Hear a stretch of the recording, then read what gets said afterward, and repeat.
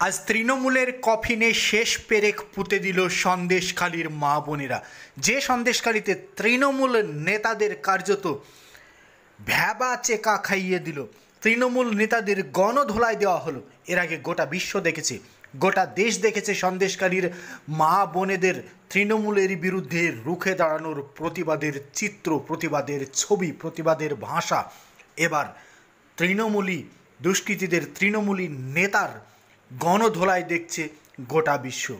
এই ব্যক্তি, এই দলুই বাবুই অকারণে অহেতুক মিথ্যা ভিডিও ভাইরাল করছে। এই ব্যক্তি মিথ্যা ভিডিও ভাইরাল করছে, এই অভিযোগেই তাকে গণধোলাই দেওয়া হলো। হাতে নাতে ধরা পড়েই গণধোলাই দেওয়া হলো তাকে।